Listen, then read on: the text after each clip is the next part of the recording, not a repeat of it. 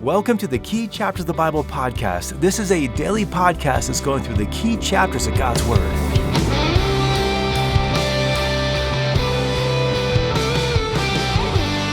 Many faithful Jewish people pray a daily prayer called the Amidah. In that prayer, they pray for several blessings, including one that asks, "May it be thy will that the temple be speedily rebuilt in our days." Now, you may not have thought much about rebuilding the Jewish temple anytime recently, but faithful Jewish people pray for this every day. And today, we're going to be working through Ezekiel chapter 40 to get a glimpse of the temple that will one day stand in the land of Israel. And so welcome to the Key Chapters of the Bible podcast. My name is Russ Brewer, and it is an honor to have you joining us today as we tackle one of the more controversial subjects in the entire Bible. Today we're going to be looking at Ezekiel chapter 40, which gives us a verbal blueprint of God's design of His temple for His people. And so, hang on, we've got a lot to cover today, and you might find that it's helpful to Google a picture of Ezekiel's temple to give you a sense of what we're looking at as we work through this chapter together. As we turn to this important section of the book of Ezekiel, we need to remember what has transpired so far in this book. In the opening passages of the book of Ezekiel, we saw the Lord's indictment of His people and the Lord removing His presence from them. Then we saw God unfold His judgment upon the nations of the world. They weren't exempt from His judgment either. Then after that, we saw that God will establish a new covenant with His people that won't be like the old covenant. And then Ezekiel gave us a prophetic look at the events at the end of time when the nations of the world will battle against Israel. And now we come to a passage that describes the reinstated worship of the Lord by the people. And so, going on to chapter 40, verse 1. Chapter 40 opens with a timestamp for when this prophecy was given. And it was given, if we just kind of triangulate the dates that are given here in verse 1, it was given in 573 BC, roughly 14 years after Jerusalem's collapse. And in those 14 years, tragedy has befallen God's people as Babylon successfully laid siege to Jerusalem and God's warnings came true, and thousands of people who heard Ezekiel's earlier prophecies have now died. And even more importantly, Babylon has destroyed the temple of God. Now you'll remember that in December of 588 BC, Nebuchadnezzar laid siege to Jerusalem. And then in 586 BC, about a year and a half into the siege, he successfully invaded Jerusalem and looted and burned just about everything. Jeremiah described this event in Jeremiah 52, saying that the temple's furniture was broken up and carried back to Babylon, along with the gold and silver vessels, the lampstands, and all that stuff. And so this was a devastating time for God's people. And yet, in His mercy, the Lord has Ezekiel once again proclaim His message to His people. And this message promised the people that one day they would have a temple again and the Lord would dwell among them. And we find in these pages here a prophetic unfolding of the coming temple and ultimately the Messianic kingdom. So let's go on now to verses 2 and 3. In verse 2, Ezekiel lets us know that this is yet another vision. And once again, the Lord has transported Ezekiel back to Israel. And so Ezekiel's been placed now on a very high mountain where he could see something like a city to the south. Now, by all appearances, the city to the south is Jerusalem, and Ezekiel's on a high mountain nearby. Going on to verse 3. In verse 3, Ezekiel meets a guy whose face shone like bronze. Now, this isn't actually saying he's a bronze guy, like made of bronze. It's just saying that his face shone like bronze. And we don't know who this is, except to say he's probably not the Lord Jesus, because in Ezekiel 43, the Lord does speak to Ezekiel, and it wasn't the bronze guy who was speaking at that time. And so this bronze guy here, he's probably an angelic messenger of some sort. We've seen guys like this before. And so verse 3 goes on to say that this bronze guy was holding a line of flax, or some translations say linen, and a measuring rod, holding both of those. Now the line of flax would have been like an ancient tape measure, perhaps with knots every cubit or so that they could measure quickly distances, sizes, things like that. The rod was similar. It was like a yardstick that could be laid down end to end to measure something's size. And both of these tools are going to be used throughout the next section of Scripture to give us the dimensions of this future temple. Now, when it comes to measurements, if you look online for the dimensions of Ezekiel's temple, you'll find different people giving different measurements. And that's because Ezekiel gives everything in cubits, and a cubit was an ancient form of measurement. Now, we normally say that a cubit was 18 inches long, but there was also a Babylonian cubit, which was 21 inches long, and that seems to be the measurement that Ezekiel is using here, and that's how most Bible translations render these measurements in English. And that will be the measurement that we'll be using throughout our study of these chapters. Okay, now since we've taken this moment to pause here, let me just kind of keep this pause going for another moment longer, and let's just give a quick overview of the ancient Jewish temple. We can't overestimate or overstate how important the temple was to ancient Israel and how important it is to the unfolding of God's plan for his people. If you were to start digging into the topic of Ezekiel's temple, for instance, you would find out that it is called the third temple, and there's a ton of material on that. Now, it might surprise you that Ezekiel's temple is called the third temple because you'll also find scholars talk about Solomon's temple, Zerubbabel's temple, Herod's temple, and Ezekiel's temple, and so it would seem that Ezekiel's temple is actually the fourth, but it's not. And so here's how the numbering goes. Solomon built his temple in 959 BC. That was the first temple. Of course, that was also the temple that was destroyed by Babylon in 586 BC. And so that temple is gone. And then, after the exiles returned, Cyrus appointed a man named Sheshbazzar to come and rebuild the temple, and that was all paid for by Persia. It was very nice of Cyrus to do that. But Sheshbazzar ran into a lot of opposition from the locals, and the rebuilding effort got bogged down. And so it wasn't until 16 years later that another wave of exiles returned to finish the rebuilding of the temple under the leadership of a guy named Zerubbabel, and the second temple was completed in 515 BC. Now that was all well and good, but in Ezra 3:12, which records this event, it says that many people wept at the completion of the temple. Now why did they weep? Well, presumably because the second temple was not as magnificent as Solomon's temple. Or it could have been that the second temple was nothing like Ezekiel's temple, which was what they were hoping for. But there's still one more temple to go in this whole overview of temples here, and that's Herod's temple. So let's now fast forward 500 years to 20 BC. That was the year that King Herod began a massive rebuilding project of the temple. And although we might think that Herod built a third temple, and we sometimes call it just Herod's temple, according to historians, it was really just a huge renovation project. And so that work lasted until 62 AD, and the product was much larger and grander than the previous two temples, but it still wasn't Ezekiel's temple, and it was also itself destroyed only a few years later in 70 AD by the Romans. Now, I'm sure that you all know that the temple is more than just a building and more than just a storage place for the implements of worshiping God. It was the place where God and man were reconciled. It was supposed to be the place where the Almighty Creator of heavens and earth would abide with his people. The temple itself was a standing object lesson. The form and shape and walls and courts all showed how man was naturally separated from God. The altar showed how man could be reconciled to God and brought into fellowship with him. The bronze laver, that kind of place where you would get washed, would just show the cleansing we would need from the Lord. The altar of incense showed man's prayers rising up to God. The bread showed man's reliance upon God. The light showed man's darkness and need of revelation. In terms of the physical structure, the temple was rectangular in shape, and it sat inside of a walled campus. It had a porch with two massive pillars that led to two rooms separated by a thick veil. Those two rooms were called the Holy Place and the Holy of Holies. Only the priests could go into the Holy Place, and only the high priests could go into the Holiest of Holies, and that was only on one day a year, the Yom Kippur, the Day of Atonement. And that now brings us to an important point. We saw in Ezekiel 10 and 11 that the glory of the Lord had left the people, and when the second temple was built after the exiles returned, the Holy of Holies was still empty. No glory of the Lord was there. No Ark of the Covenant was there. Maybe that's why the people were weeping as well. But again, that's all the first and second temple.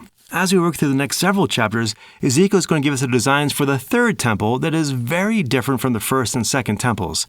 Ezekiel laid a temple complex that is 500 by 500 cubits, or 875 feet by 875 feet.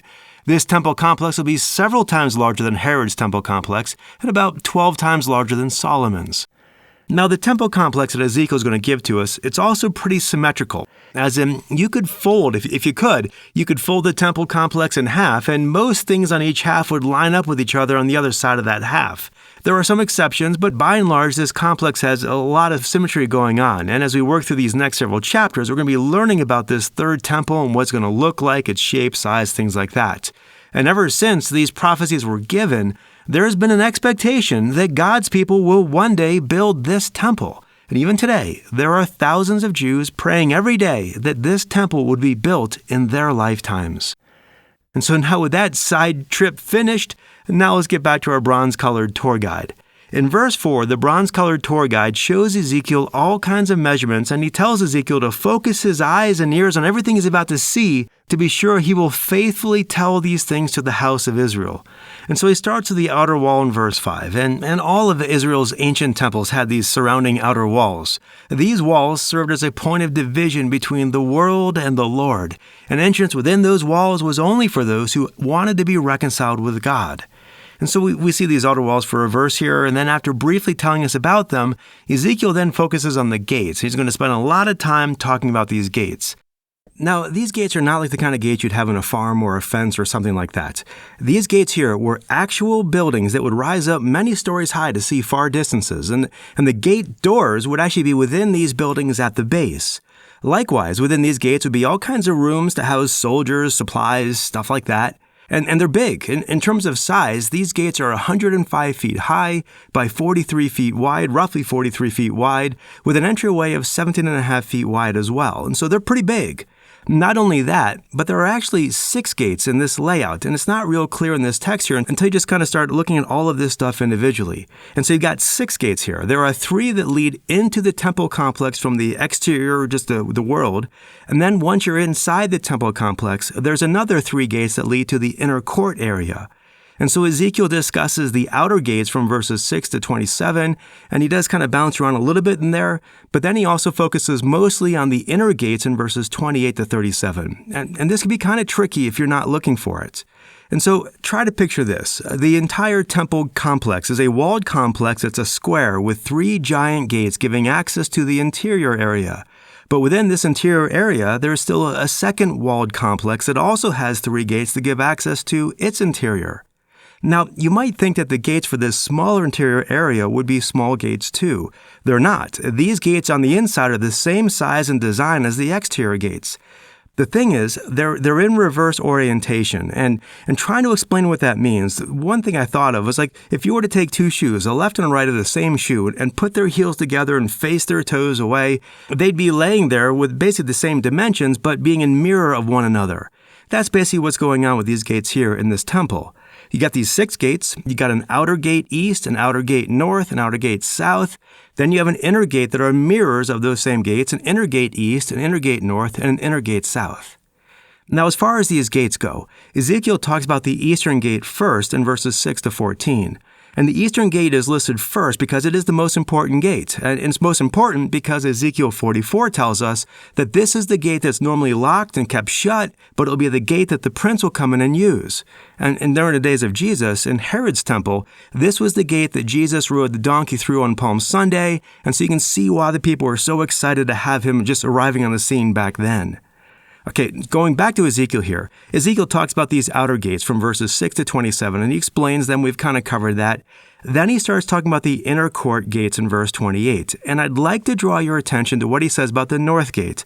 The north gate's mentioned in verses 35 to 43, and in this section here, we find out that this is where the sacrifices will be prepared. Now, that may cause you to wonder, why are there sacrifices here? I mean, we live in a modern age, and besides that, hasn't Jesus done away with sacrifices? Well, here are some possible reasons for them. First, there are people, even today, trying to build this temple right now. And so every few months, they'll do something that makes the news. They're pretty serious about this. And so I personally think that someday some version of Ezekiel's temple will be built. And since the Jewish folks don't recognize Jesus as their Messiah, they're going to start, at least some of them will start the sacrifices back on up. In fact, right now, the most well-known plans for this temple, the designs for this temple, are being produced by an organization called the Temple Institute. You can see their stuff online.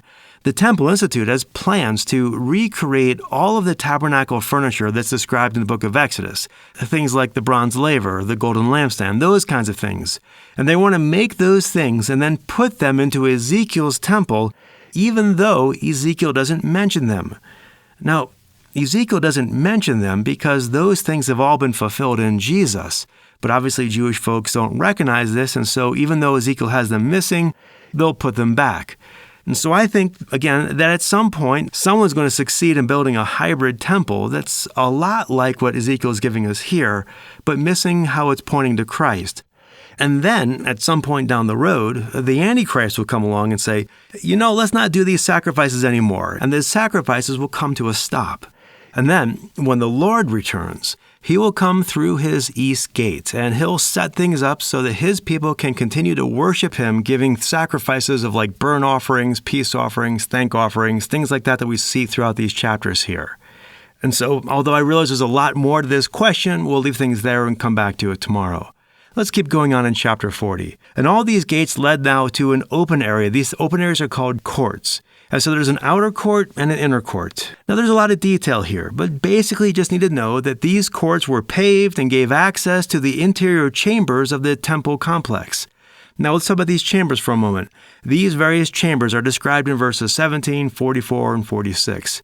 And these various chambers had various uses, like for the singers in verse 44, or for the priests who take care of the temple in verse 45, or in verse 46, the priests who take care of the altar. And so when we put all this together, we have a temple complex here that it is surrounded by an outer wall. And that outer wall led to 3 gates. And those gates were these large buildings that gave access then to the open areas of the temple complex. And if you walk through those open areas of the temple complex, you can go to various chambers that were for the people who were leading the temple worship. And so that's my attempt at trying to explain Ezekiel 40 in a short podcast that's apparently not so short. But before we go, we've got to circle back and make a few key points here. For one thing, lots of people say that all of this stuff is symbolic, that we should look for symbols and allegories and all this stuff. But the details of these chapters don't lend themselves to symbolism and allegory. For instance, this chapter is talking about windows in verse 16, 25, 29, 33, 36. These windows are stated in clear utilitarian terms. Or in verse 12, there's this thin, low wall that's around the guard rooms, like you might see in an atrium of a nice hotel. Likewise, there's just these details in here that just strain effort to be symbolic. Like in verse 38, where there's a place to rinse off the burnt offerings. Or in verse 43, there are double hooks used in the sacrifices. Rather than trying to figure out what symbolism these items represent, it's much more natural to take them as actual windows and actual places to rinse off actual burnt offerings and actual hooks upon which to hang actual sacrifices.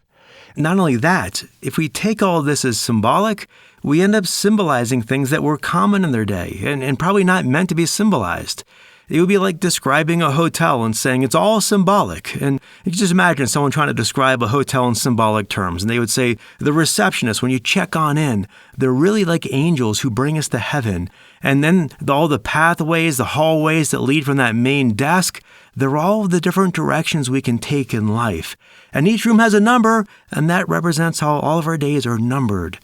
I mean, you can do that, but it sounds silly to people who actually stay at hotels. They'd be like, no, not really. The receptionist gives you a key to your room. You walk down the hall, you find your room, and you go in. There's not a lot to it. And that's really how Ezekiel reads. Not like some text to be allegorized, but a text to be read and understood and be taken literally. In fact, in Ezekiel 43 verse 10, this is a key verse we need to know. In Ezekiel 43:10, the Lord tells Ezekiel to bring these plans back to his people in order for them, it says, to do them. Clearly, the Lord did not intend for this to be understood symbolically, and neither should we. These are real plans for a real temple that will one day really be built. Now, we're almost done, but there's one more point we need to make here.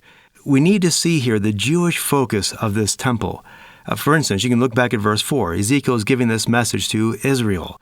Or when we look at this temple here, we see that it is replete with things like palm tree ornaments. You see that in verses 22, 26, 31, 34, 37. Those palm trees weren't just for pretty decorations. The palm tree was one of the national symbols of ancient Israel. It was like a national flag. That's why when Jesus rode into Jerusalem on the donkey, the people were waving palm branches in front of him. They were showing their national allegiance and wanted Jesus to be their messianic king. And so all of these references to palm trees and all that stuff, it's essentially saying that the Jewish national flag is going to be draped all around the temple. And the focus here, all this focus on Judaism, lets us know that God still has a plan for his people. There will be a day when the Jewish people have their own temple and the rest of the nations will stream to it, saying, like it says in Isaiah, "Let us go up to the mountain of the Lord, to the temple of the God of Jacob." And so we're going to wrap things on up there for our study today. But as we think about Ezekiel chapter 40, let's keep in mind that the Lord is describing a real place that will one day stand in Israel, and may we be praying that the Lord would build His temple in our day. We'll talk more about what this temple will look like tomorrow, and until then, thanks for listening. Have a great rest of your day. God bless.